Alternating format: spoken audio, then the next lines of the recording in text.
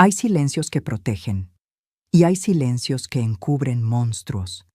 Cuando mi yerno me miró a los ojos y dijo, «En mi casa, usted no le habla a su hija», yo sentí que el suelo se abría bajo mis pies. No de miedo, de reconocimiento, porque ese no era el silencio de un hombre celoso. Era el silencio de alguien que tiene algo que esconder. Mi hija estaba parada a 2 metros de mí. No me miró. No dijo una sola palabra. Y en ese instante entendí que el peligro no venía solo de él. Viví semanas en esa casa como fantasma, prohibida de hablar, de preguntar, de existir. Pero los fantasmas ven lo que los vivos no quieren mostrar. Escuché lo que no debía escuchar. Vi lo que él creía invisible, y lo que descubrí era tan oscuro que entendí por qué necesitaba mantenerme callada. La pregunta no era si iba a hablar, la pregunta era, ¿llegaría a poder hacerlo? ¡Qué alegría tenerte aquí conmigo! Si estás viendo este video, te pido con mucho cariño que te suscribas al canal. Por favor, necesitamos mucho alcanzar 30,000 suscriptores. ¿Puedo contar con su ayuda? Estamos construyendo una comunidad hermosa de mujeres fuertes. Su presencia es muy importante y su apoyo es esencial para nuestro trabajo, para que sigamos contando historias como esta. Cuéntame también en los comentarios desde dónde nos está escuchando. Nos emociona saber hasta dónde llegan nuestras historias. Era una tarde de martes, una tarde común, de esas que empiezan sin avisar que tu vida va a cambiar para siempre. Sofía había llegado temprano del trabajo. La escuché entrar, cerrar la puerta con cuidado, como siempre, como si tuviera miedo de hacer ruido en su propia casa. Yo estaba en la cocina preparando café. El olor llenaba el espacio, reconfortante, normal. Todo parecía estar bien, o eso quería creer, hasta que escuché sus pasos en la sala, y luego otros pasos, más pesados, más seguros. Rodrigo. Había llegado detrás de ella. No sé por qué, pero algo en mi estómago se retorció. Una sensación, un presentimiento, de esos que te alertan cuando el peligro está cerca. Dejé la taza sobre el mostrador. Caminé hacia la sala. Despacio, sin hacer ruido. Rodrigo estaba de pie junto a la ventana, con las manos en los bolsillos. La luz de la tarde entraba por las cortinas blancas, iluminando su rostro, haciéndolo ver casi angelical. Pero yo ya había aprendido que la luz miente. Sofía estaba cerca de la puerta, como si estuviera lista para salir corriendo. Sus manos estaban juntas, frente a su cuerpo, los dedos entrelazados con tanta fuerza que los nudillos se veían blancos, y temblaban, ligeramente, como hojas en el viento. «Necesitamos hablar, suegra», dijo Rodrigo. Su voz rompió el silencio como un cuchillo. Baja, firme, sin ninguna emoción, como si estuviera comentando el clima. Me volteé hacia él completamente. Lo miré a los ojos, buscando, tratando de leer lo que venía, pero sus ojos eran 2 pozos oscuros, vacíos, fríos. «¿De qué quieres hablar?», pregunté. Mi voz salió más tranquila de lo que me sentía por dentro. Rodrigo caminó hacia el sillón principal, el sillón de cuero gris que había comprado el mes pasado. Se sentó, cruzó las piernas, como un rey en su trono, como el dueño absoluto de ese espacio. Y técnicamente lo era. Esa casa había sido comprada con el dinero que heredó de Verónica, con la fortuna que le robó, aunque en los papeles todo estaba a su nombre, limpio, legal, perfecto. Yo solo era una invitada que estaba a punto de recibir las reglas del juego. «He estado pensando mucho sobre nuestra situación», empezó. Hablaba despacio, midiendo cada palabra. «Y creo que necesitamos establecer algunos límites, por el bien de todos». «Límites». Esa palabra me cayó como piedra en el estómago. «¿Qué tipo de límites?», pregunté. Rodrigo sonrió. Una sonrisa pequeña, educada. La sonrisa que usaría frente a un cliente o un desconocido. «Desde hoy, usted no puede hablarle a Sofía cuando yo no esté presente». El aire se salió de mis pulmones. Por un segundo pensé que había escuchado mal. que había malinterpretado sus palabras, pero la forma en que Sofía bajó la cabeza me confirmó que no, que había escuchado perfectamente. «¿Perdón?», logré decir. Rodrigo inclinó la cabeza, como si estuviera explicándole algo obvio a un niño. «Es que usted mete ideas en la cabeza de Sofía, ideas que no son saludables para nuestro matrimonio, ideas que la confunden». «Yo nunca he metido ninguna idea en la cabeza de mi hija», respondí. Sentía cómo la indignación empezaba a crecer en mi pecho. Rodrigo levantó una mano. Un gesto de calma, de control. «No es una acusación, suegra, es una observación. Pero de todas formas, creo que es mejor así, para evitar malentendidos, para mantener la paz en esta casa». Miré a Sofía, desesperada, buscando sus ojos, buscando que me mirara, que dijera algo, que me defendiera, que me explicara qué demonios estaba pasando. Pero Sofía miraba el piso, como si las baldosas de cerámica beige fueran lo más fascinante del mundo, como si no pudiera levantar la vista, o no quisiera, y sus manos seguían temblando. Intenté caminar hacia ella, dar 2 pasos, 3, acercarme, tocarla, abrazarla, lo que fuera. Pero Rodrigo se levantó del sillón, rápido, fluido, y se interpuso entre nosotras. No de forma agresiva, no me empujó, no levantó la voz, no hizo nada que pudiera verse como violencia. Simplemente se colocó ahí, entre mi hija y yo, como una pared humana, como un guardia protegiendo algo valioso. Y siguió sonriendo, esa maldita sonrisa que me revolvía el estómago. «Sofía está de acuerdo conmigo», dijo, su voz suave, casi dulce. «¿Verdad, mi amor?». Y Sofía levantó la vista, solo por un segundo. Sus ojos estaban vidriosos, brillantes, cargados de lágrimas que no podía dejar caer, lágrimas que se quedaban ahí, atrapadas, como todo lo demás que quería decir y no podía, y asintió.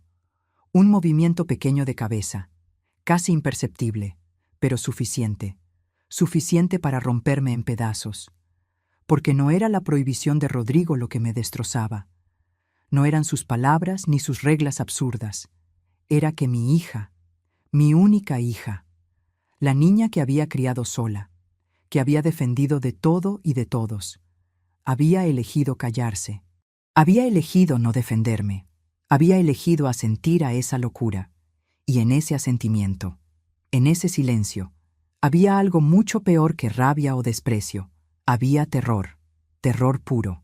«Entiendo que esto puede parecerle extraño», continuó Rodrigo, como si estuviera discutiendo el menú de la cena, «pero es por el bien de todos. Usted puede quedarse aquí, puede vivir cómoda, tiene su habitación, su baño, puede usar la cocina, ver televisión. Solo necesito que cumpla esta simple regla». Simple. Esa palabra. Simple. Como si me estuviera pidiendo que cerrara bien la puerta al salir, o que apagara las luces, no que me callara la boca delante de mi propia hija, no que aceptara vivir como fantasma en esa casa. Miré alrededor de la sala, tratando de procesar, tratando de encontrar algún sentido en todo esto. La sala era hermosa, realmente hermosa, paredes color crema, muebles modernos de diseñador, cuadros abstractos enmarcados en negro, plantas decorativas en macetas de cerámica blanca, una alfombra suave bajo mis pies. Todo combinaba, todo estaba en su lugar, todo impecable, como sacado de una revista de decoración. Pero había algo podrido debajo de toda esa perfección, algo que apestaba, que contaminaba el aire, que hacía que esa belleza se sintiera falsa, artificial, peligrosa. «¿Y si no acepto?», pregunté. Necesitaba escuchar la amenaza completa. Necesitaba que la dijera en voz alta. Rodrigo suspiró, como si mi pregunta lo cansara, como si estuviera siendo irrazonable. «Bueno, entonces tendríamos que pensar en otras alternativas para su situación». Hizo una pausa, deliberada. «Usted sabe que no tiene a dónde ir, y su salud últimamente no ha sido la mejor. Quizás necesite un lugar con más cuidados, más atención profesional. Un asilo, Estaba amenazándome con meterme en un asilo, sin decir la palabra, pero el mensaje era claro, como el agua, como el cristal. Acepta mis reglas, o desapareces. Sofía seguía mirando el piso.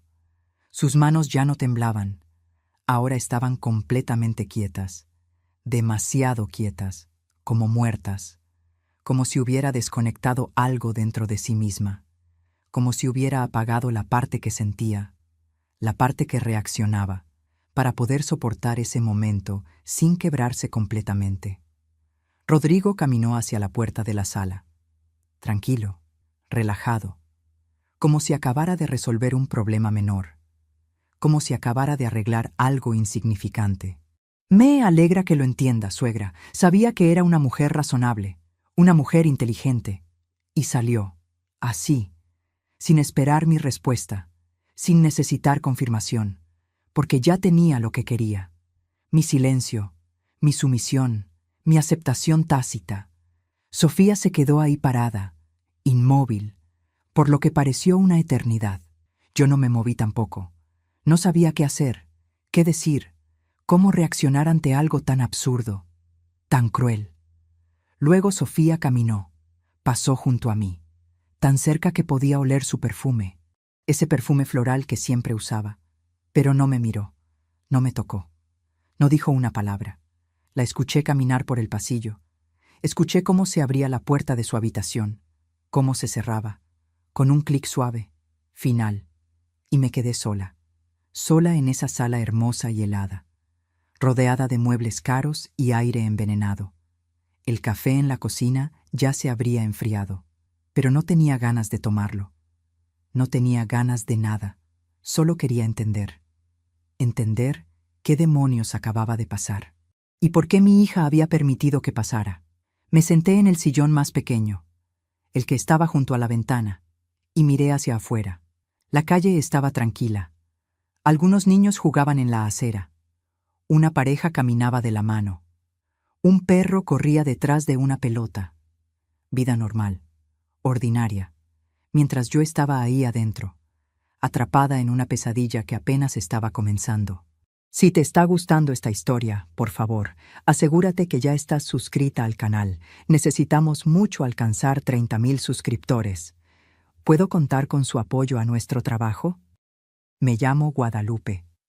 Tengo 63 años y nunca imaginé que terminaría viviendo como prisionera en la casa de mi propia hija. Soy viuda desde hace 4 años. Mi esposo se llamaba Javier, un hombre bueno, trabajador. Se enfermó cuando Sofía tenía apenas 10 años. Cáncer, agresivo, devastador. Nunca pudo volver a trabajar después del diagnóstico. Los tratamientos lo dejaron débil, frágil, dependiente. Así que yo me hice cargo de todo, de él, de Sofía, de las cuentas, de la vida entera. Trabajé limpiando casas durante el día, 5 casas diferentes, de lunes a viernes. Ganaba lo suficiente para sobrevivir, apenas. Los fines de semana vendía tamales en la esquina del mercado. Me levantaba a las 4 de la mañana para prepararlos. Sofía me ayudaba cuando podía, envolviendo, acomodando, aprendiendo que la vida no era fácil, pero que podíamos enfrentarla juntas. Siempre tuve carácter fuerte. Mi madre decía que nací con el puño cerrado, lista para pelear. Pero también aprendí cuándo soltar ese puño, cuándo ceder, cuándo elegir mis batallas. Nunca fui de las que pelean por orgullo, por ego, por tener la razón. Peleaba solo cuando importaba, solo cuando había algo real en juego. Y Sofía era lo único que siempre estuvo en juego. La crié prácticamente sola.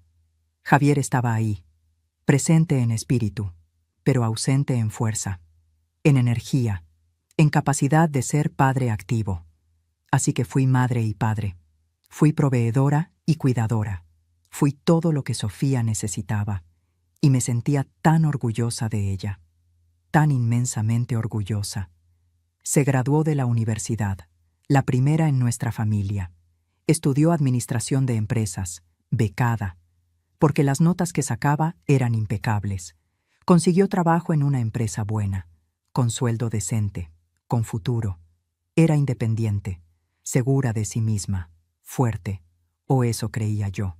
Rodrigo apareció hace 3 años y medio, en una fiesta de la empresa donde Sofía trabajaba. Él era gerente de otra área, mayor que ella. Por casi 10 años, Sofía me lo presentó 3 meses después de empezar a salir. Y desde ese primer día, desde ese primer apretón de manos, sentí algo. No sé explicarlo bien. No era nada concreto, nada que pudiera señalar y decir ahí está el problema. Era más sutil. Una sensación en el estómago, un escalofrío en la espalda, algo en sus ojos, en la forma en que miraba a Sofía, como si fuera propiedad, como si fuera algo que había adquirido, no alguien que amaba. Pero sonreía, decía las cosas correctas, traía flores. Alaba la silla para que Sofía se sentara. Era educado conmigo, respetuoso, al menos en apariencia, y yo me tragué mis dudas, porque no quería ser esa suegra, la que critica, la que nunca está conforme, la que arruina la felicidad de su hija con paranoia. Sofía parecía feliz. Eso es lo que me repetía. Ella es feliz, y si ella es feliz, yo también debo estarlo. Así que callé. Sonreí en el compromiso. Sonreí en la boda. Una boda pequeña, pero elegante, con vestido blanco y rosas, con promesas que sonaban hermosas, hasta que la muerte nos separe, en la riqueza y en la pobreza. Promesas que ahora me sonaban huecas, vacías, mentirosas. Se casaron hace 2 años y medio. Rodrigo le dijo a Sofía que había enviudado años atrás, que su primera esposa había muerto en un accidente, que por eso tardó tanto en volver a amar. Esa historia conmovió a Sofía. La hizo sentir especial, elegida, la mujer que había sanado su corazón roto. ¡Qué mentira más perfecta! Hace 6 meses empecé a sentirme mal, mareos constantes, cansancio que no se iba con descanso, debilidad en las piernas. Fui al doctor, me hicieron estudios, anemia, presión baja, nada grave, pero suficiente para preocupar a Sofía. Mamá, no puedes estar sola así, me dijo. Ven a vivir con nosotros, tenemos espacio, y yo estaría más tranquila sabiendo que estás bien. Rodrigo asintió, con esa sonrisa suya. Por supuesto, suegra.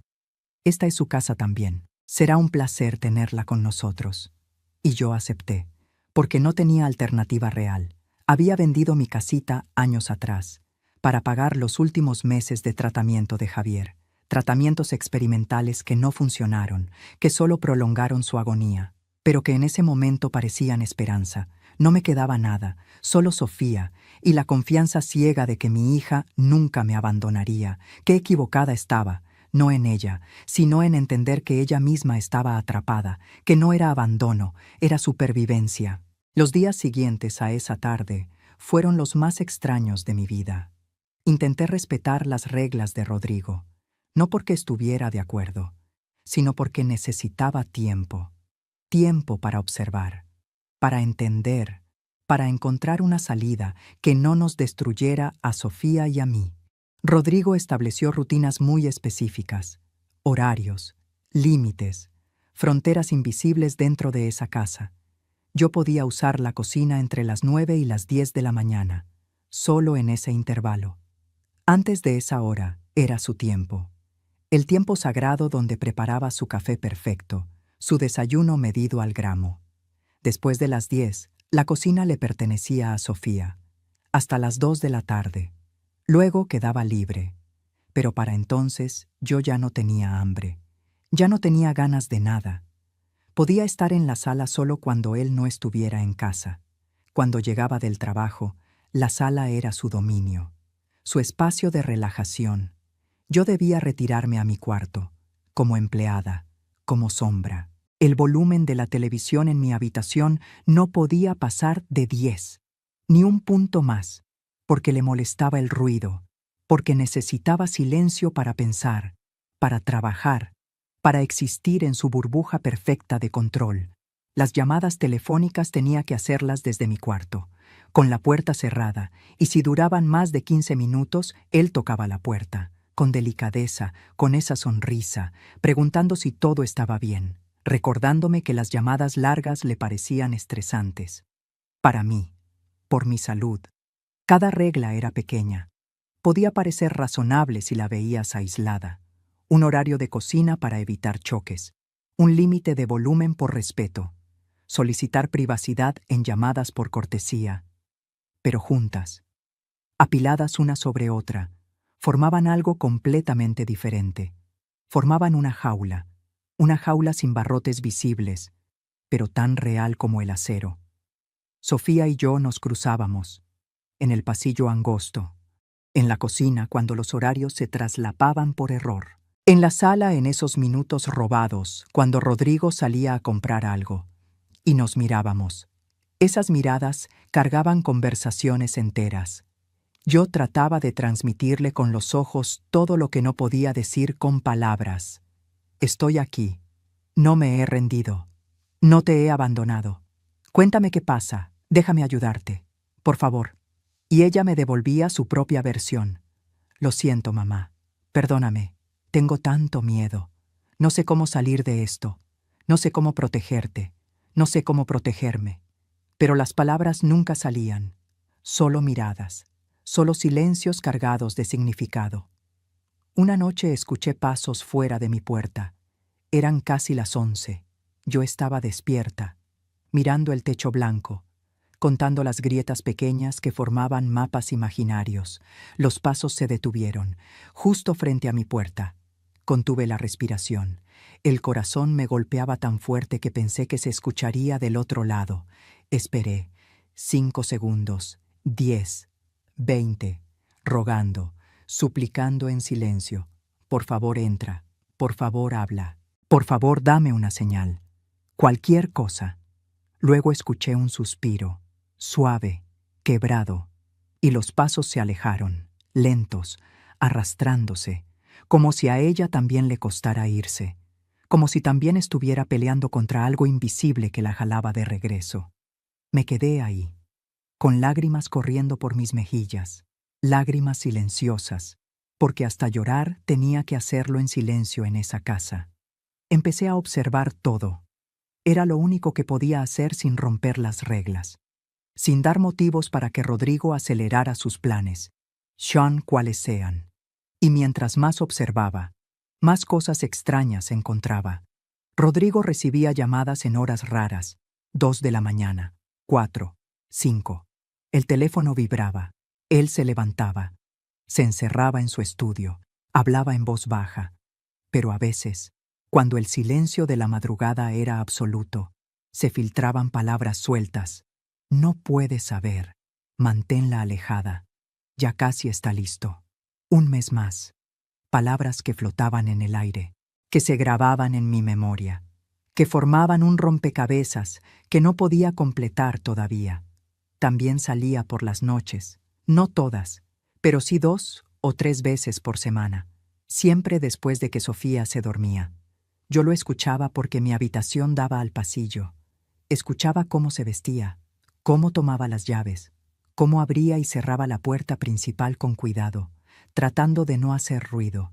Decía que era por trabajo, emergencias laborales, reuniones de último minuto con clientes en otras zonas horarias, pero volvía sin portafolio, sin laptop, sin papeles, sin ninguna evidencia de haber trabajado, solo con esa cara, esa expresión de satisfacción, de problema resuelto, de misión cumplida. Y los documentos. Había documentos en su estudio, los había visto de reojo cuando pasaba cerca. Papeles importantes, con sellos, con firmas, con aspecto legal.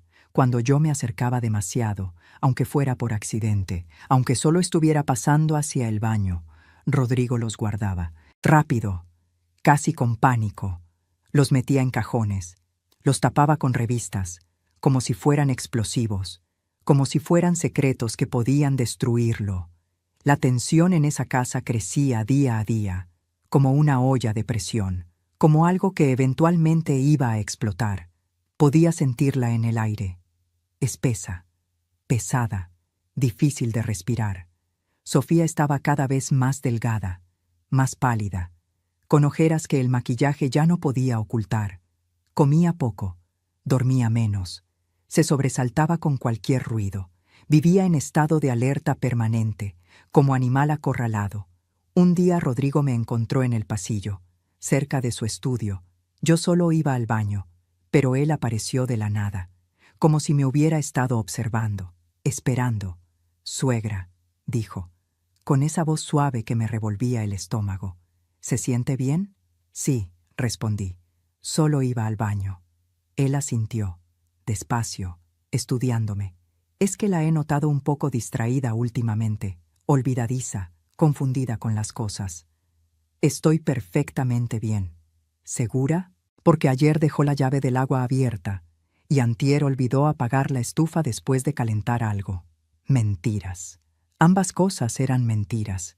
Yo nunca había dejado agua corriendo, nunca había olvidado apagar nada, pero Rodrigo lo decía con tanta seguridad, con tanta calma, como si fueran hechos, como si fuera la verdad absoluta, y yo sabía lo que estaba haciendo.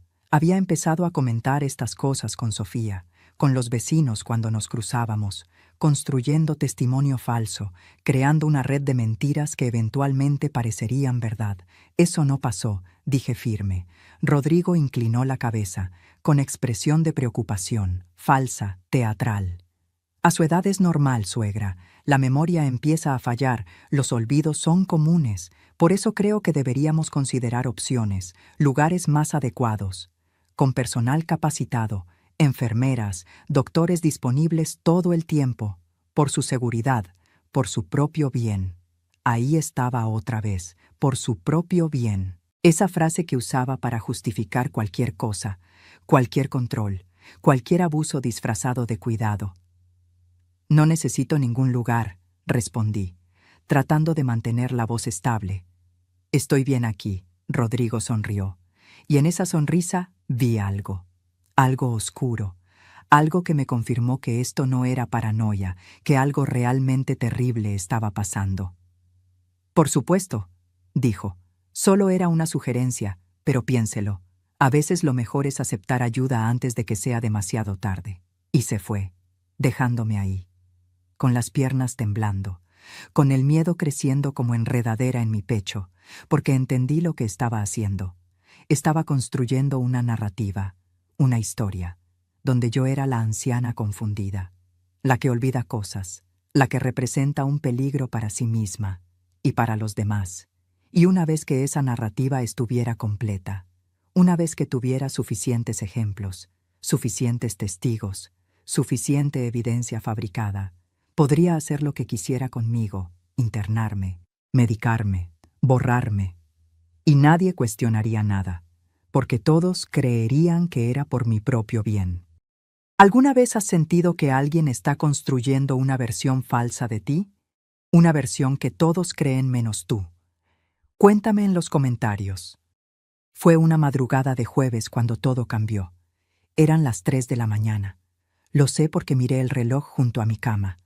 Los números brillaban en rojo en la oscuridad. 303. Me desperté con voces. No sé qué me despertó exactamente. Tal vez el tono, tal vez la intensidad que se filtraba a través de las paredes. Me quedé completamente quieta, tratando de ubicar de dónde venían, el pasillo. Las voces venían del pasillo, entre mi cuarto y el de ellos, Rodrigo y Sofía, discutiendo, pero en voz baja, como si hasta en el conflicto tuvieran que mantener las apariencias. Tener cuidado de no despertar a nadie. Me levanté sin hacer ruido. Caminé hasta la puerta. La abrí apenas una rendija, lo suficiente para escuchar mejor, sin ser vista. «No puede seguir aquí», decía Rodrigo. Su voz era diferente, sin la suavidad de siempre, sin la máscara. Había un filo, un metal frío que cortaba. «Cada día es más peligroso tenerla en esta casa». «Pero es mi madre», respondió Sofía, y su voz estaba rota, quebrada en 1000 pedazos. «¿Qué quieres que haga? ¿Que la eche a la calle?»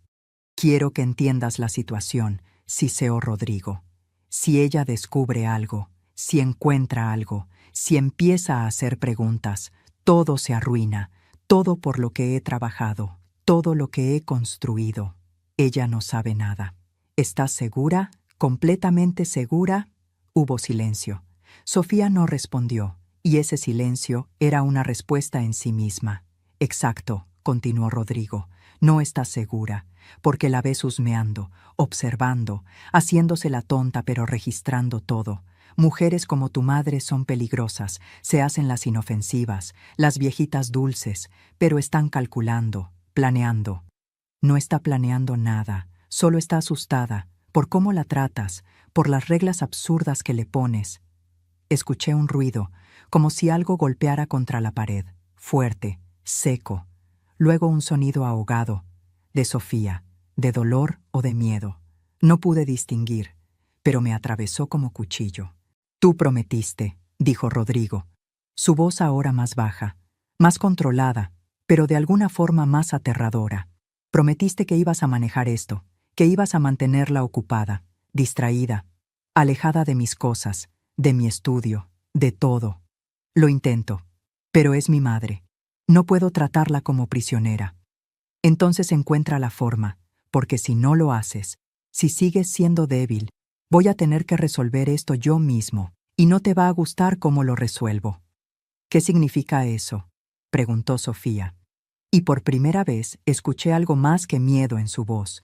Escuché horror. Significa exactamente lo que crees que significa, respondió Rodrigo. Tu madre se va de esta casa, de una forma u otra.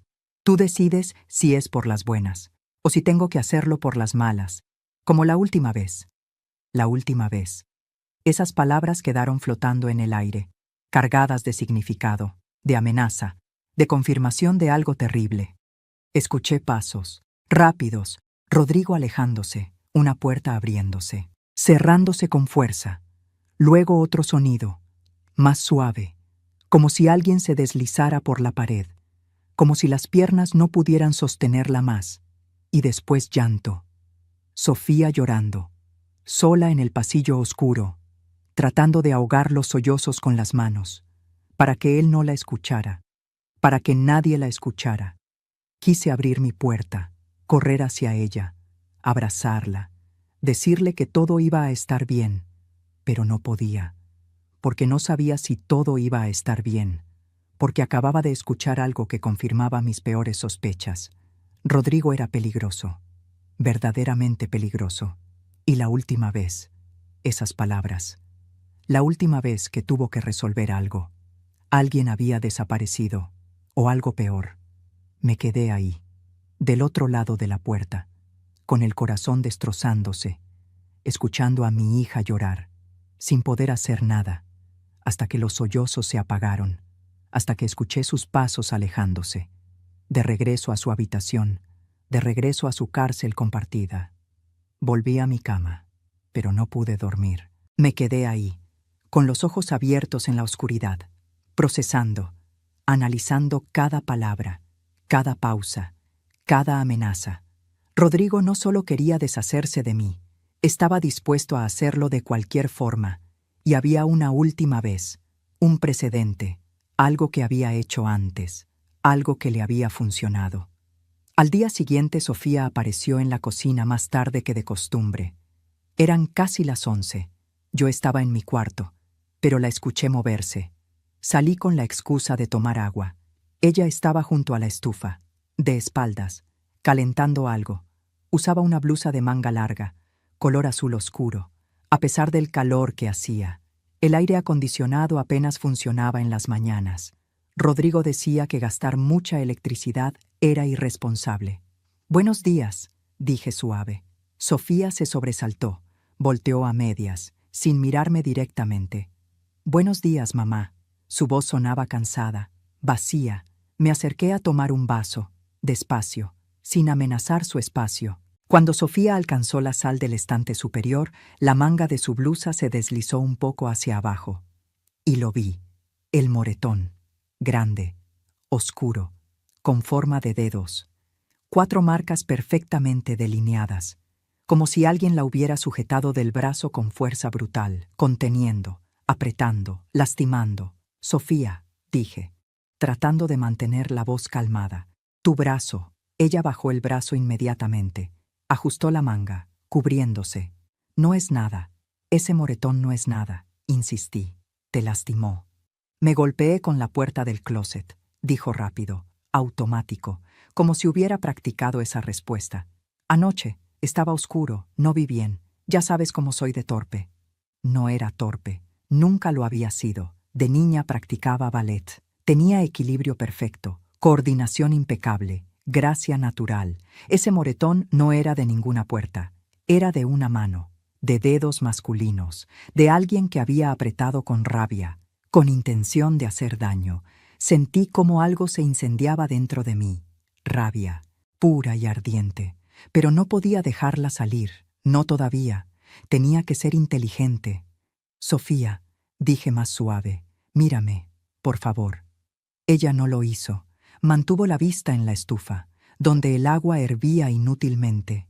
No puedo, susurró, y en esas dos palabras había tanto dolor, tanta verdad, tanto reconocimiento de que estábamos atrapadas, y que hablar podía hacerlo peor.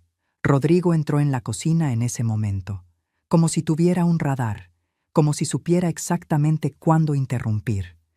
«Buenos días», dijo alegre, como si nada, como si la noche anterior no hubiera amenazado, no hubiera lastimado, no hubiera aterrorizado. Sofía se tensó visiblemente. Yo me alejé. Tomé mi vaso de agua y salí de ahí, porque quedarme era peligroso, porque confrontarlo era suicida. Pero esa tarde decidí algo. Decidí que no podía seguir siendo pasiva. No podía seguir solo observando, solo esperando, solo rogando que las cosas mejoraran por sí solas, porque no iban a mejorar, iban a empeorar. Y si yo no hacía algo, si no tomaba acción, Rodrigo iba a cumplir su amenaza, de una forma u otra, iba a sacarme de esa casa, y después iba a seguir lastimando a mi hija, sin testigos, sin nadie que pudiera detenerlo. Saqué un papel, una hoja arrancada de un cuaderno viejo, y escribí, con letra clara, firme: Sofía, sé que tienes miedo, yo también, pero no estás sola, nunca has estado sola. Cuéntame qué pasa, déjame ayudarte, no importa qué sea, no importa qué tan oscuro, vamos a salir de esto juntas. Te amo, siempre te voy a amar y nunca voy a dejarte. Mamá. Doblé el papel, esperé el momento correcto, cuando Sofía estaba en la sala, leyendo un libro. Rodrigo había salido a comprar algo. Tenía 20 minutos, tal vez menos. Me acerqué, dejé caer algo cerca de ella, una pluma, un pretexto. Cuando me agaché a recogerla, deslicé el papel dentro de su libro, entre las páginas, donde solo ella lo encontraría. Sofía no reaccionó, pero supe que lo había sentido. Vi cómo sus dedos se tensaban levemente sobre la cubierta. Esa noche esperé, rogando, esperando respuesta, esperando algo. Al día siguiente encontré el papel en mi cuarto, dentro de un libro que había estado leyendo. Estaba doblado, tal como lo había dejado. Pero cuando lo abrí, vi algo que me rompió. Una mancha, no de tinta, de agua, de lágrimas. Sofía había llorado sobre mi nota, había leído mis palabras, y no había podido responder, porque el miedo era más grande que la esperanza, porque estaba tan rota que ya no sabía cómo pedir ayuda. Pero no me rendí. Ese papel manchado con sus lágrimas fue lo que necesitaba, confirmación de que todavía estaba ahí, de que todavía sentía, de que todavía quería salvarse. Y si ella quería salvarse, yo iba a encontrar la forma, aunque tuviera que arriesgarlo todo. Pasaron 3 días más. 3 días donde observé cada movimiento de Rodrigo, cada patrón, cada rutina, anotando mentalmente, preparándome. Y finalmente llegó la oportunidad. Rodrigo anunció en el desayuno que tenía un viaje de trabajo, 2 días completos, a otra ciudad, algo sobre una auditoría importante, una presentación que no podía perderse. Sofía solo asintió, sin levantar la vista de su plato casi intacto. Él se fue esa misma mañana, con maleta, con traje impecable. Con esa sonrisa que usaba para el mundo exterior, la puerta se cerró, y por primera vez en semanas, la casa quedó en silencio. Un silencio diferente, sin la tensión eléctrica que Rodrigo traía consigo. Pero Sofía no se relajó. Si acaso estaba más tensa, más callada, como si su ausencia física no significara seguridad, sino todo lo contrario. Esperé hasta la tarde. Sofía estaba en su cuarto, con la puerta cerrada, como siempre, encerrada en su propia prisión voluntaria. Me acerqué al estudio de Rodrigo. El corazón me latía tan fuerte que pensé que explotaría. Toqué el picaporte, esperando que estuviera con llave, pero giró, fácil, suave. Rodrigo no había cerrado con llave, tal vez por las prisas del viaje, o tal vez porque el control psicológico que ejercía sobre nosotras le parecía suficiente. Confiaba en que yo no me atrevería, que el miedo me mantendría alejada, pero se equivocó.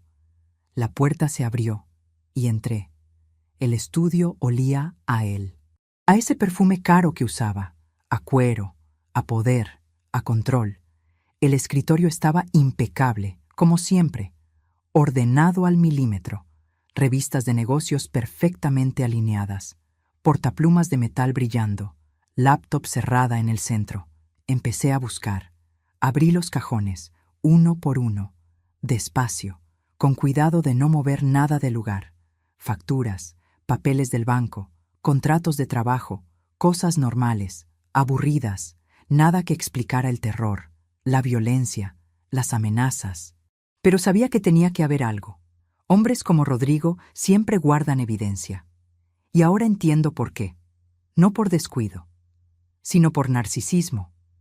Los hombres como él no solo cometen crímenes, los coleccionan, los guardan como trofeos, como prueba de su inteligencia, de su superioridad, de su capacidad de salirse con la suya una y otra vez. Es la arrogancia lo que los traiciona, la necesidad de revivir sus conquistas, de sentir ese poder otra vez. Miré alrededor, el librero, la mesa auxiliar, el armario en la esquina. Me acerqué al armario, lo abrí. Ropa colgada, camisas blancas, pantalones de vestir, sacos grises y azules, todo ordenado por color, por tipo. Arriba había cajas de zapatos, perfectamente apiladas. Bajé una, zapatos, solo zapatos. Bajé otra, lo mismo. Estaba a punto de rendirme cuando vi algo. Detrás de las camisas, una carpeta, color manila, gastada en las esquinas, como si hubiera sido manipulada muchas veces. Metí la mano entre la ropa. La saqué. Pesaba más de lo que esperaba. La coloqué sobre el escritorio. Respiré profundo y la abrí. La primera foto me golpeó como puñetazo. Rodrigo, más joven, tal vez hace 4 o 5 años, con una mujer, no Sofía, otra mujer, diferente, morena, cabello largo y ondulado, sonrisa brillante, hermosa. Estaban en la playa. Él la abrazaba por la espalda, ambos mirando a la cámara, felices, enamorados, o eso parecía.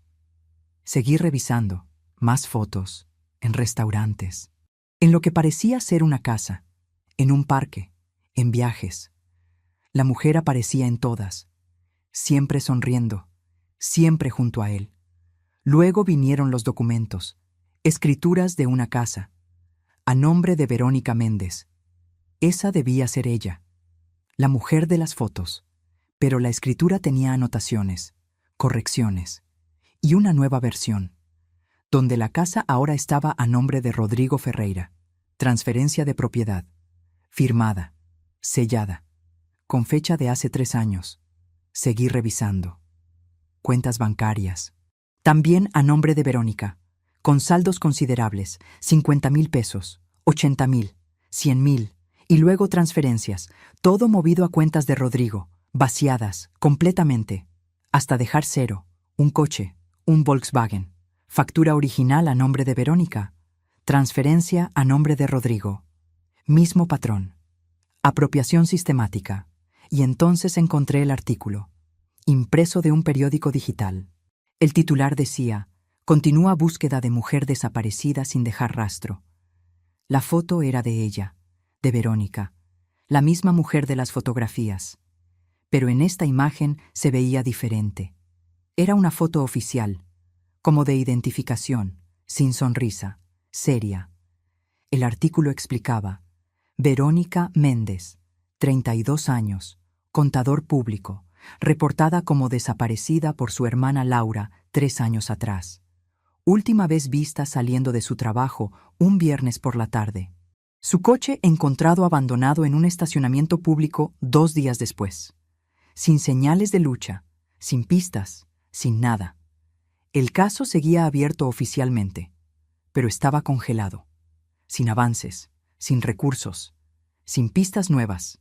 La policía había interrogado a familiares, amigos, compañeros de trabajo y a su pareja, un hombre cuyo nombre no se revelaba por razones legales, pero que había quedado descartado como sospechoso después de proporcionar coartada.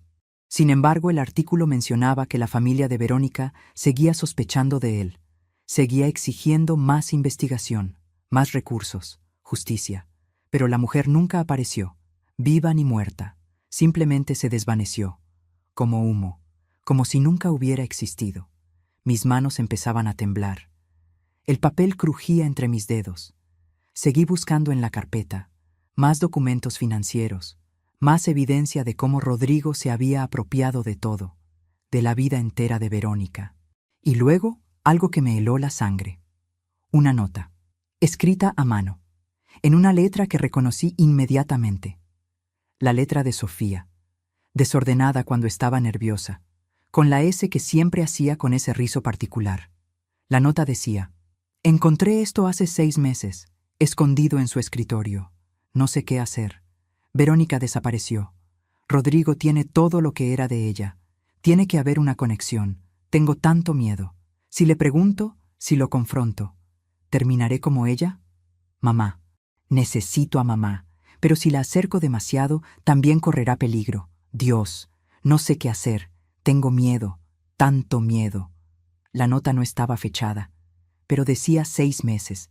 Sofía llevaba 6 meses viviendo con este conocimiento, 6 meses sabiendo que dormía al lado de un potencial asesino, 6 meses aterrorizada, paralizada, sin poder hablar, sin poder escapar. Y de repente todo tuvo sentido. La palidez, el miedo constante, los moretones, el silencio. No era solo abuso, era terror existencial, era la certeza de que decir algo, hacer algo, podía significar desaparecer, como Verónica, sin rastro, sin justicia, solo ausencia. Y yo había sido invitada a la casa, no por amor, no por cuidado, sino como salvavidas, como testigo involuntario, como la única forma que Sofía encontró de protegerse sin poder pedir ayuda directamente, porque si había alguien más en la casa, si había ojos observando, Rodrigo tendría que ser más cuidadoso, más calculador, menos impulsivo. Pero después él se dio cuenta, y por eso estableció las reglas: el silencio forzado, el aislamiento, para neutralizar mi presencia, para convertirme de testigo en cómplice muda. Y cuando eso no fue suficiente, cuando vio que yo seguía siendo amenaza, empezó a planear cómo eliminarme también. Estaba viendo las piezas del rompecabezas. Finalmente, Rodrigo había matado antes, o al menos había hecho desaparecer a alguien. Se había salido con la suya. Había heredado todo sin consecuencias. Y ahora tenía a Sofía, en la misma posición, con el mismo patrón. Y yo era el obstáculo, la madre que hace preguntas, que observa, que no se rinde. Por eso tenía que irme, por eso la presión, las amenazas, la narrativa de la anciana confundida. Todo era preparación, para el momento en que decidiera que era hora de que yo también desapareciera. La puerta del estudio se abrió detrás de mí. Me congelé, con la carpeta abierta sobre el escritorio, con todas las fotos, todos los documentos, toda la evidencia esparcida frente a mí, como acusación, como verdad, como sentencia. Era Sofía. Entró y cerró la puerta detrás de ella, despacio. Nos miramos. Yo con las manos todavía sobre los papeles, ella con los ojos enormes, vidriosos, llenos de lágrimas que empezaban a caer, sin control, sin poder detenerlas. Mamá, susurró, y en esa palabra había tanto, tanto dolor, tanta culpa, tanta vergüenza, tanto alivio, tanto miedo, todo mezclado, todo saliendo de golpe. ¿Cuánto sabes?, pregunté. Mi voz sonaba más calmada de lo que sentía, como si todo mi entrenamiento de mantener la compostura bajo presión hubiera sido para este momento. Sofía cerró los ojos. Las lágrimas seguían cayendo, mojando sus mejillas, su barbilla, cayendo al piso. Todo, dijo, abriendo los ojos, mirándome directamente por primera vez en semanas. Lo sé todo, y me está matando. Caminó hacia mí. Las piernas le temblaban. Se dejó caer en la silla frente al escritorio, como si no pudiera sostenerse más, como si admitir la verdad le hubiera quitado el último pedazo de fuerza que le quedaba. Cuéntame, dije, sentándome también, poniendo mis manos sobre las de ella. Cuéntame todo. Y Sofía habló. Por primera vez en meses, mi hija abrió la compuerta, y todo salió. Me contó que había encontrado esa carpeta por accidente. Hace 6 meses. Estaba buscando unos papeles del seguro. Necesitaba hacer un trámite. Rodrigo le había dicho que estaban en su estudio, en el segundo cajón. Buscó ahí. No estaban. Siguió buscando. Tercer cajón. Cuarto. Nada. Hasta que vio el armario. Pensó que tal vez ahí, entre otras cosas archivadas, movió las camisas y encontró la carpeta. La abrió sin pensar, sin sospechar, y su mundo se derrumbó. Al principio no lo podía creer. Pensó que tenía que haber una explicación, que Rodrigo había sido amigo de Verónica, que la estaba ayudando con algo, que las transferencias eran préstamos, que todo era malentendido. Pero mientras más miraba, más leía, más investigaba por su cuenta, más claro quedaba. Verónica no había desaparecido por casualidad. Rodrigo la había asesinado. Tenía que ser eso. Las fechas, las transferencias hechas días antes de la desaparición, la casa, el coche, todo transferido justo antes de que ella se esfumara, como si hubiera planeado cada paso, como si hubiera ejecutado un plan perfecto. Intenté ir a la policía, dijo Sofía, su voz quebrándose. 2 veces. Manejé hasta la estación.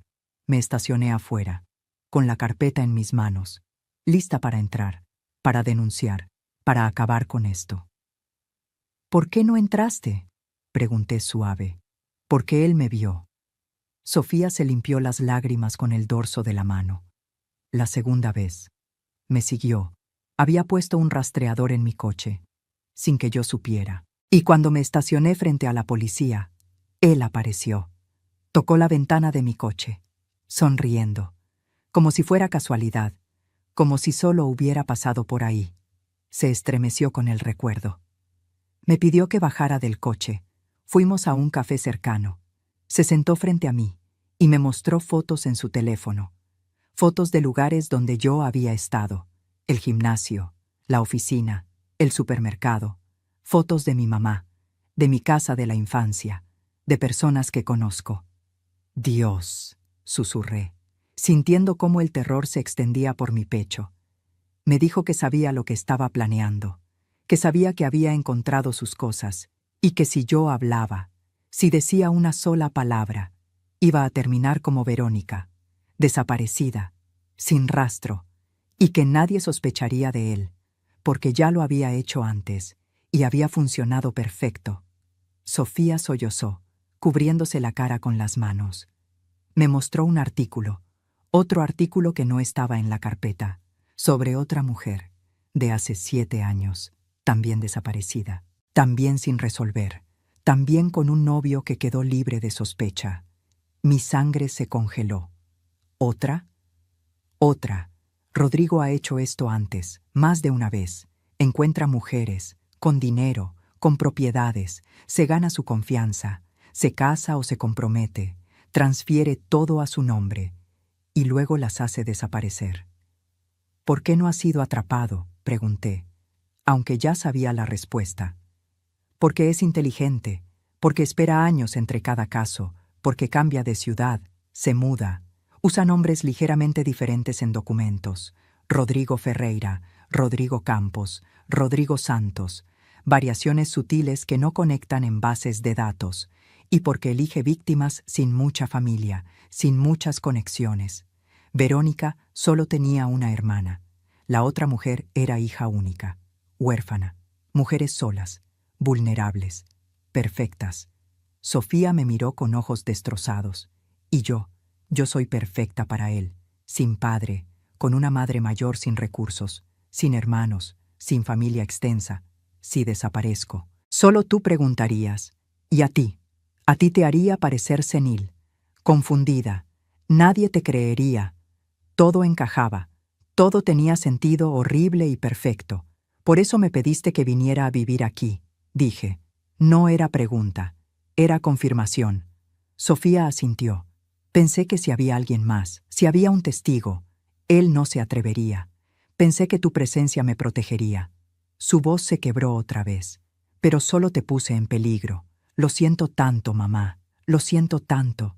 Debí advertirte. Debí decirte. Pero tenía tanto miedo. Me levanté, rodeé el escritorio y la abracé, fuerte, como cuando era niña, como cuando tenía pesadillas, como cuando el mundo era demasiado grande y aterrador. Escúchame bien, dije firme. Tú no tienes nada de qué disculparte, nada.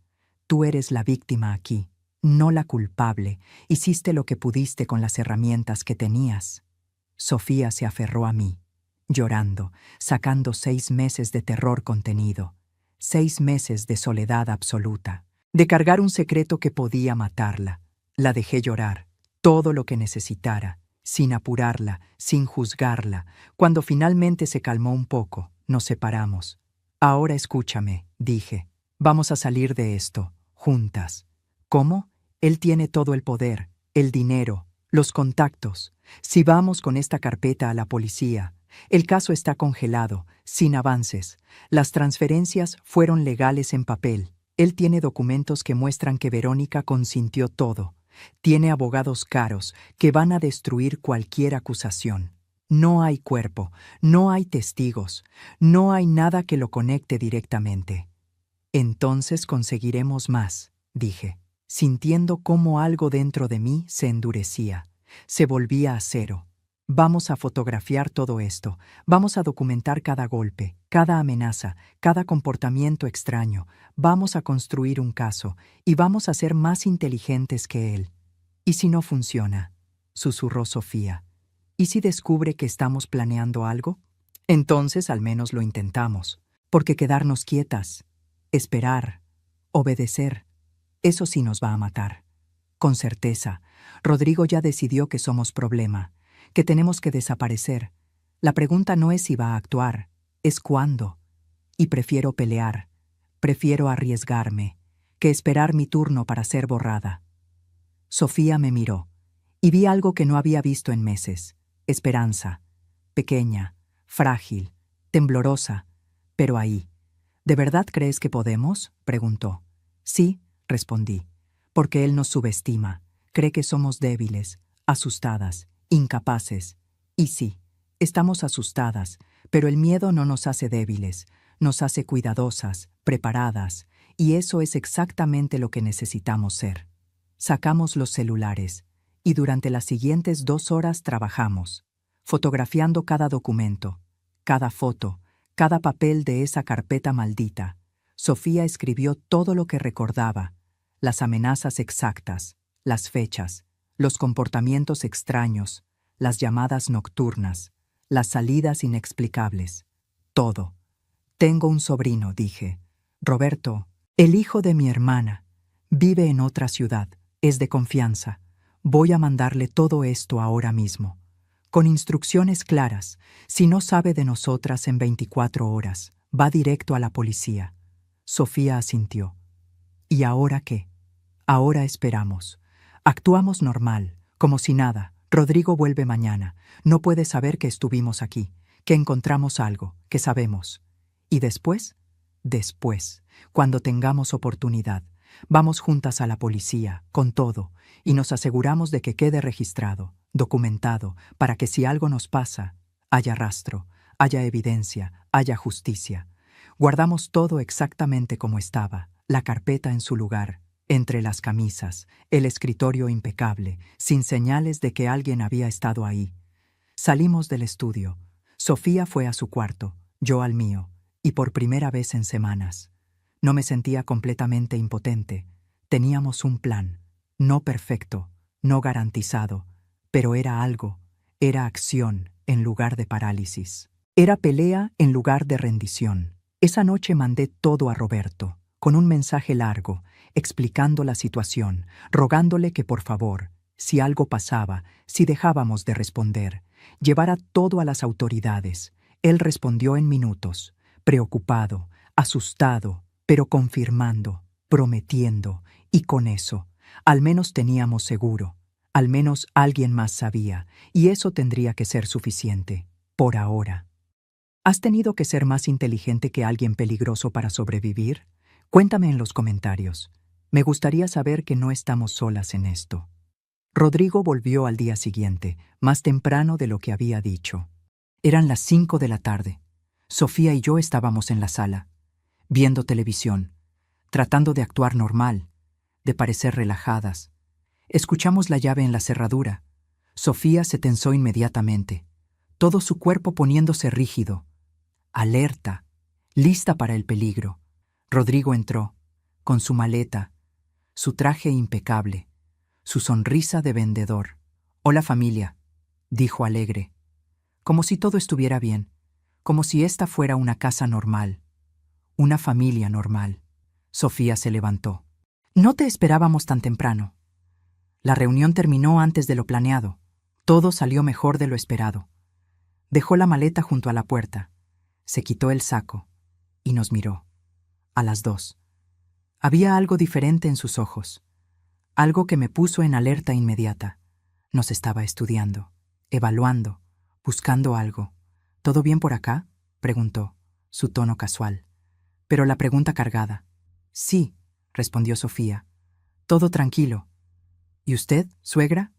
¿Cómo se sintió?» «Bien», dije. «Descansé mucho».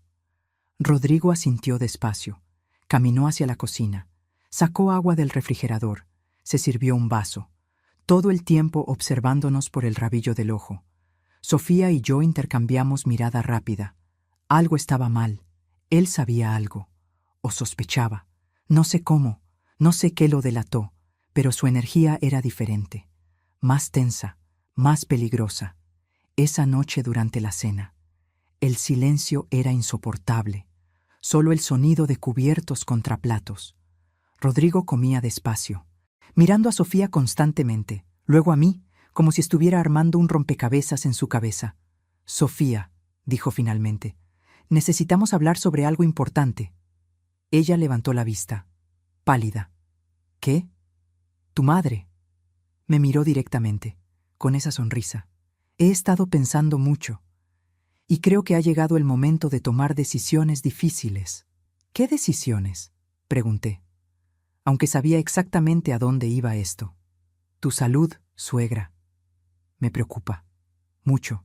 He notado señales cada vez más preocupantes, olvidos, confusión, desorientación». «Eso no es cierto», dije firme. Rodrigo levantó una mano. «Entiendo que sea difícil aceptarlo. Es normal. Muchas personas en tu situación niegan sus síntomas, pero por eso es importante que la familia intervenga. Por tu propio bien». Ahí estaba otra vez. Por tu propio bien. He hablado con un doctor, amigo mío, muy recomendado, especialista en geriatría. Mañana tienes cita con él, a las 10 de la mañana. Voy a llevarte personalmente.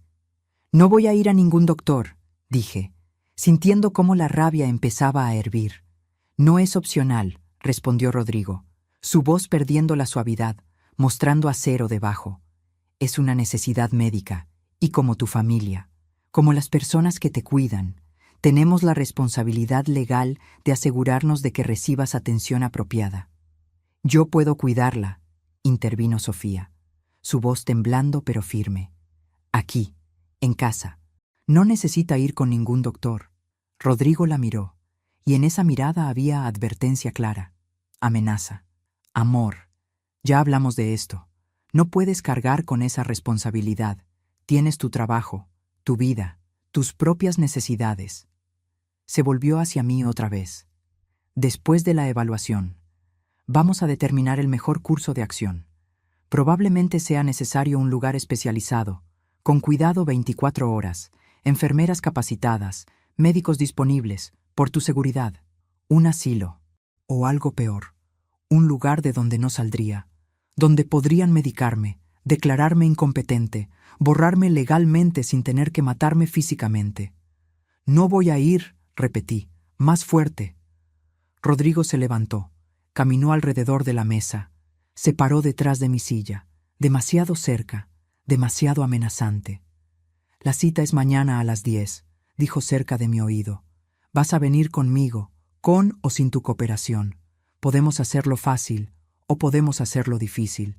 Tú decides. Sentí su mano posarse en mi hombro, apretando, no fuerte, no doloroso, pero con suficiente presión para transmitir el mensaje. Él tenía el control, él tenía el poder, él decidía. Me levanté bruscamente. Su mano cayó. Voy a mi cuarto, dije, y salí. Antes de que las lágrimas pudieran empezar, antes de que pudiera verme quebrarme, esa noche no dormí nada. Absolutamente nada. Me quedé sentada en la cama, con la luz apagada, pensando, analizando, planeando. Sabía que si me subía a ese coche mañana, si iba a esa cita con el doctor amigo de Rodrigo, no volvería igual. Volvería con diagnóstico falso, con papeles firmados que nunca firmé, con recetas de medicamentos que no necesitaba, con órdenes de internación. Y una vez que estuviera internada, una vez que estuviera fuera del camino, Rodrigo tendría a Sofía completamente sola, sin testigos, sin protección, y haría con ella lo que había hecho con Verónica, con la otra mujer, con quien sabe cuántas más.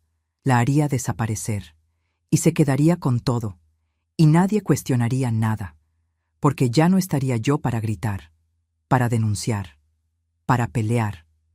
Miré el reloj, 5 de la mañana, tomé mi celular, revisé los mensajes que había mandado a Roberto.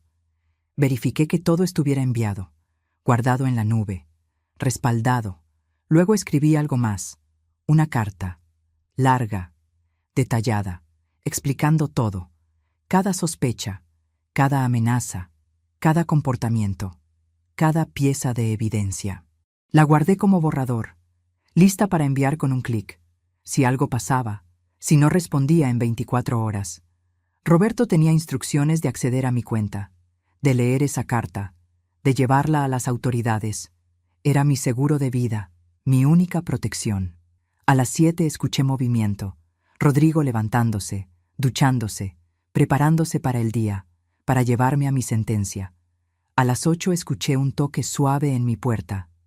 «Mamá», susurró Sofía, «¿puedo pasar?»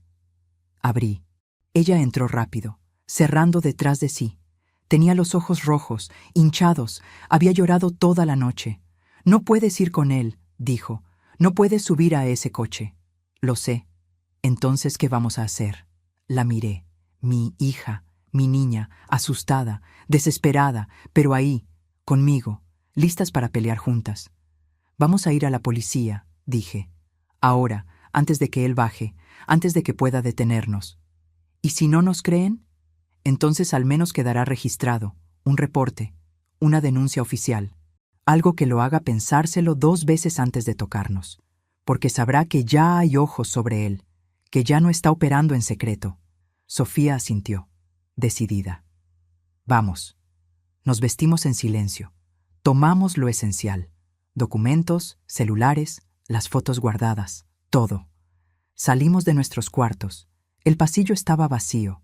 Rodrigo seguía en su habitación. Caminamos hacia la puerta principal. Despacio, sin hacer ruido. Cada paso medido, calculado. Mi mano tocó la manija, fría, metálica. Estaba a punto de girarla, cuando escuché su voz. «¿A dónde van?» Nos congelamos. Rodrigo estaba en el pasillo, detrás de nosotras, recién salido de la ducha, con el cabello mojado, una toalla alrededor de la cintura, y en su mano, un teléfono, mirándonos, con una expresión que nunca había visto antes. Rabia pura, sin máscaras, sin sonrisas, sin fingimiento. A ningún lado, dije, girando para enfrentarlo. Vamos a la policía. Rodrigo se rió. Una risa seca, sin humor. ¿Con qué evidencia? ¿Fotos viejas? ¿Un caso congelado sin pistas? ¿Las quejas de una vieja senil y una esposa histérica? Con la verdad, respondí. La verdad sobre Verónica, sobre la otra mujer, sobre todo lo que has hecho. Su cara cambió, el color desapareciendo. No saben nada. Sabemos todo. Encontramos la carpeta, vimos los documentos, las transferencias, los artículos, todo. Rodrigo dio un paso hacia nosotras. Si salen por esa puerta, si dicen una palabra, van a arrepentirse, las dos. Ya no nos asustas, dijo Sofía, su voz más firme de lo que esperaba. Ya no tienes poder sobre nosotras. Rodrigo sonrió, pero no era sonrisa, era mueca, amenaza. Ah, ¿no? Sofía, piensa bien, ¿de verdad quieres hacer esto? ¿Destruir tu vida? ¿Destruir tu reputación? Porque yo tengo abogados, tengo contactos, tengo recursos, y todas esas transferencias fueron legales. Verónica firmó todo voluntariamente. Tengo documentos, testigos, todo en orden. Lo único que van a conseguir es que yo las demande y les quite hasta el aire que respiran. No nos importa, dije, aunque tome tiempo, aunque sea difícil, la verdad siempre sale. La verdad, repitió Rodrigo, la verdad es que soy intocable. He hecho esto antes, más de una vez, y siempre salgo limpio, siempre. Y en esa confesión, en esa arrogancia, supimos que teníamos razón, que todo lo que habíamos sospechado era cierto, y más. Abrí la puerta. Sofía salió primero, yo detrás. Y cerramos, dejando a Rodrigo ahí, gritando amenazas que ya no nos importaban, porque habíamos decidido, íbamos a pelear, íbamos a sobrevivir, y él iba a pagar, por fin. Caminamos rápido por la calle, sin mirar atrás. El sol apenas empezaba a salir, el aire fresco de la mañana golpeando nuestras caras. Sofía temblaba, pero seguía caminando, un pie delante del otro. Yo llevaba mi celular en la mano, lista para llamar a Roberto, para marcar emergencias, para lo que fuera necesario. A 2 cuadras había una avenida principal, con taxis, con gente, con testigos. Llegamos ahí, respirando pesado. Miré hacia atrás. Rodrigo no nos había seguido, todavía. Paré un taxi. Subimos. A la estación de policía más cercana, dije al conductor. Él asintió, sin preguntas. Arrancó. Durante el trayecto, Sofía tomó mi mano. La apretó fuerte. Gracias, susurró, por no rendirte, por pelear, por salvarme. Nos salvamos juntas, respondí. Eso es lo que hacen las madres y las hijas. Se salvan mutuamente. Llegamos a la estación a las 8:30, un edificio gris, con bandera ondeando, con patrullas estacionadas afuera. Bajamos, pagué al conductor y entramos. Una oficial joven nos recibió en la entrada, con cara de cansancio, de turno nocturno terminando. ¿En qué puedo ayudarlas?, preguntó. Queremos hacer una denuncia, dije, una denuncia grave, sobre desapariciones, sobre amenazas, sobre intentos de internación forzada. La oficial nos miró más seria. Pasen, vamos a necesitar que me cuenten todo, con detalles. Nos llevó a una sala pequeña, con paredes grises, una mesa de metal, sillas incómodas. Pero era seguridad, era protección, era el primer paso hacia la justicia. ¿De qué se trata?, preguntó, sacando una libreta. Sofía respiró profundo, me miró. Yo asentí, y ella empezó a hablar. Le contó todo, desde el principio, desde que encontró la carpeta, desde las amenazas, desde Verónica, desde el terror de vivir con un asesino. Yo saqué mi celular, le mostré las fotos de los documentos, las transferencias, el artículo del periódico, la foto de Verónica. La oficial escribía, sin expresión. Pero sus ojos se iban abriendo más con cada detalle, con cada revelación. Cuando Sofía terminó, cuando ya no quedaban palabras, la oficial levantó la vista. «Esto es muy serio», dijo. «Muy serio. Necesito que hablen con un detective. Con alguien de homicidios. ¿Nos creen? Preguntó Sofía, su voz pequeña, vulnerable. La oficial asintió. Sí, les creo. Y vamos a investigar. Pero necesito que entiendan algo. Esto va a tomar tiempo. Va a ser difícil. Reabriremos el caso de Verónica. Van a interrogar a Rodrigo, y él va a negarlo todo. Va a conseguir abogados. Va a pelear. Lo sabemos, dije, pero ya dimos el paso. Ya hablamos, y no nos vamos a retractar. La oficial salió. Volvió con un detective, hombre mayor, con cara de haber visto demasiado. Escuchó toda la historia otra vez. Hizo preguntas, muchas preguntas, sobre fechas, sobre detalles, sobre evidencia. ¿Rodrigo sabe que están aquí?, preguntó. Sabe que íbamos a venir, respondió Sofía. Lo confrontamos antes de salir. El detective asintió.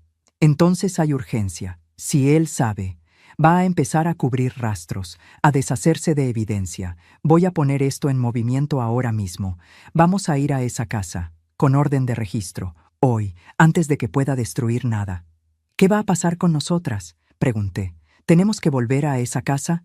No, absolutamente no. ¿Tienen algún lugar seguro donde quedarse? ¿Familia? ¿Amigos? Mi sobrino, dije, en otra ciudad. Puede recibirnos. Perfecto. Vayan allá. Hoy, ahora. Les voy a dar mi número directo. Cualquier cosa, cualquier amenaza, cualquier contacto de Rodrigo. Me llaman inmediatamente. ¿Entendido? Asentimos. El detective nos hizo llenar formularios, denuncias oficiales, declaraciones detalladas, todo documentado, todo registrado. Cuando terminamos eran casi las 11, 3 horas en esa estación fría, pero necesarias. Salimos con papeles, con números de caso, con contacto directo del detective, y con algo que no habíamos tenido en meses: esperanza real, no solo deseo, no solo fantasía, sino posibilidad tangible de justicia. Llamé a Roberto, le expliqué todo. Él nos dijo que fuéramos inmediatamente, que tenía cuarto listo, que nos esperaba. Tomamos un autobús hacia su ciudad, 3 horas de trayecto. Sofía se durmió en mi hombro, exhausta, finalmente pudiendo descansar, porque por primera vez en tanto tiempo estaba a salvo. Yo miré por la ventana, viendo cómo la ciudad se alejaba, cómo dejábamos atrás la casa hermosa, los muebles caros, la vida perfecta de mentiras, y no sentía tristeza, solo alivio. Llegamos a casa de Roberto al anochecer. Él nos recibió con abrazos, con lágrimas, con comida caliente, con camas cómodas, con seguridad. Los siguientes días fueron de espera, de llamadas con el detective, de actualizaciones. La policía había ido a la casa, con orden de registro. Encontraron la carpeta, exactamente donde dijimos. También encontraron computadoras, teléfonos adicionales, documentos guardados digitalmente, más evidencia, más víctimas potenciales. Rodrigo fue interrogado. Negó todo. Contrató abogado caro. Presentó su versión: que yo estaba senil, que Sofía estaba confundida, que los documentos eran legales, que Verónica había firmado todo voluntariamente, que él era la víctima de acusaciones falsas. Pero la investigación continuaba, porque habían encontrado inconsistencias, testigos que no habían sido contactados en su momento, movimientos bancarios que no cuadraban con su historia, conexiones con otras desapariciones en otras ciudades. Poco a poco, el caso se reconstruía. No era rápido, no era fácil, nada como en las películas, pero estaba sucediendo. 2 meses después recibimos la llamada. Rodrigo había sido arrestado. No todavía por el asesinato de Verónica, porque seguían sin tener cuerpo, sin evidencia física directa, pero sí por fraude, por apropiación ilegal de bienes, por falsificación de documentos, por amenazas, por violencia doméstica. Era un comienzo, un pie en la puerta, y con Rodrigo detenido, con acceso a más de sus archivos, a sus computadoras, a sus cuentas, encontraron más, mucho más. Patrones de búsqueda sobre cómo hacer desaparecer cuerpos, mapas de zonas remotas, compras de herramientas sospechosas y conexiones con otras desapariciones, en 3 ciudades diferentes, 4 mujeres, A lo largo de 10 años, todas con el mismo patrón, todas con propiedades transferidas, todas desaparecidas sin rastro. El caso de Verónica fue reabierto oficialmente, con nueva evidencia, nuevos testimonios, nueva tecnología forense. Expertos en análisis de terreno fueron enviados a propiedades que Rodrigo había poseído, a terrenos remotos, a lugares donde alguien podría esconder algo. Y aunque llevará años, aunque sea batalla larga, hay esperanza de justicia. Para Verónica, para las otras, para todas. Sofía y yo no volvimos a esa casa. Nunca. Nos quedamos con Roberto mientras buscábamos nuestro propio lugar. Un departamento pequeño, modesto, en edificio viejo, con paredes que necesitaban pintura, con pisos que crujían. Pero era nuestro, pagado con el sueldo de Sofía, con mi pensión pequeña, con dignidad, sin control, sin miedo, sin secretos oscuros escondidos en armarios. Sofía empezó terapia, 2 veces por semana, procesando el trauma, la culpa, el terror. No fue fácil. Hubo noches donde lloraba sin parar, días donde no podía levantarse, momentos donde dudaba de todo, de sí misma, de sus decisiones, de su valor. Pero yo estaba ahí, en cada sesión que me dejaba acompañarla, en cada crisis nocturna, en cada pequeño avance, sin juzgar, sin apurar, sin exigir, solo acompañando. Porque el trauma no tiene fecha de vencimiento, no sigue calendario, se procesa a su propio ritmo. Los muebles caros, la casa bonita, el coche lujoso, la vida de apariencias, todo quedó atrás, embargado, investigado, congelado como evidencia. Y Sofía no extrañaba nada, nada, porque había descubierto algo infinitamente más valioso: libertad, real, verdadera, seguridad, no material, emocional, paz, de saber que podía dormir sin miedo, sin escuchar pasos amenazantes, sin medir cada palabra, cada movimiento, cada respiración. Un día, meses después de todo, estábamos tomando café en nuestro departamento pequeño. El sol entraba por la ventana, iluminando las paredes blancas, las plantas que Sofía había empezado a coleccionar, los libros apilados, la vida simple pero honesta. «Mamá», dijo Sofía, «quiero preguntarte algo. Dime, ¿cómo supiste que teníamos que pelear? ¿Cómo supiste que no debíamos rendirnos?» Dejé mi taza sobre la mesa. Pensé en la respuesta.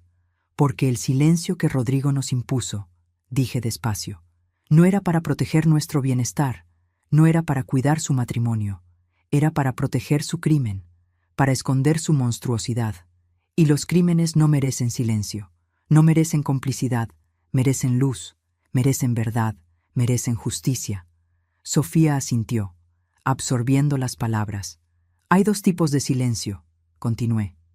El silencio del miedo, ese que te paraliza, que te congela, que te hace cómplice de tu propia destrucción. Y el silencio de la sabiduría, ese que te hace observar, escuchar, aprender, prepararte. Nosotras tuvimos ambos. Primero fuimos silenciadas por miedo, pero luego usamos ese silencio para hacernos sabias, para ver lo que él creía invisible, para preparar nuestra escape. Y esa combinación, miedo transformado en estrategia, nos salvó. ¿Y qué le dirías?, preguntó Sofía, a otras mujeres que están pasando por lo mismo, que están atrapadas, asustadas, sin saber qué hacer. Les diría, respiré profundo, que ningún hombre que necesita silenciar a una madre merece estar cerca de una hija, que ningún control disfrazado de amor es realmente amor, que ninguna amenaza disfrazada de cuidado es realmente cuidado, que si alguien necesita aislarte, necesita callarte, necesita hacerte invisible, es porque tu voz, tu presencia, tu existencia son amenaza para sus mentiras. Sofía tomó mi mano.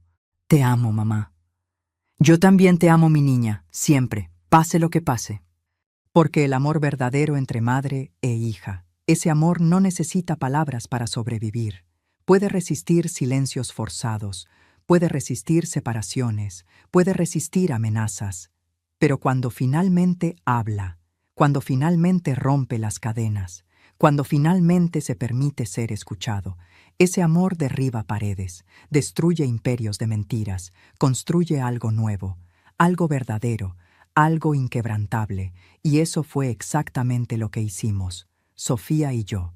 Derribamos el imperio de Rodrigo, no de un día para otro, no con un solo golpe, sino paso a paso, denuncia por denuncia, evidencia por evidencia, testimonio por testimonio, hasta que las paredes de mentiras se derrumbaron, hasta que la verdad quedó expuesta, hasta que la justicia, lenta pero inevitable, empezó su trabajo, y construimos nuestra propia vida, nuestra propia verdad, nuestra propia libertad, juntas, como siempre debió ser, sin secretos, sin miedos, sin silencios impuestos, solo amor, solo verdad, solo nosotras. Y eso es todo lo que siempre necesitamos. Si te gustó esta historia, haz clic en este próximo video que está apareciendo en la pantalla, porque la próxima traición supera todo lo que has visto hasta ahora. Y no te olvides suscribirte en el canal, para que no te pierdas ni una sola historia.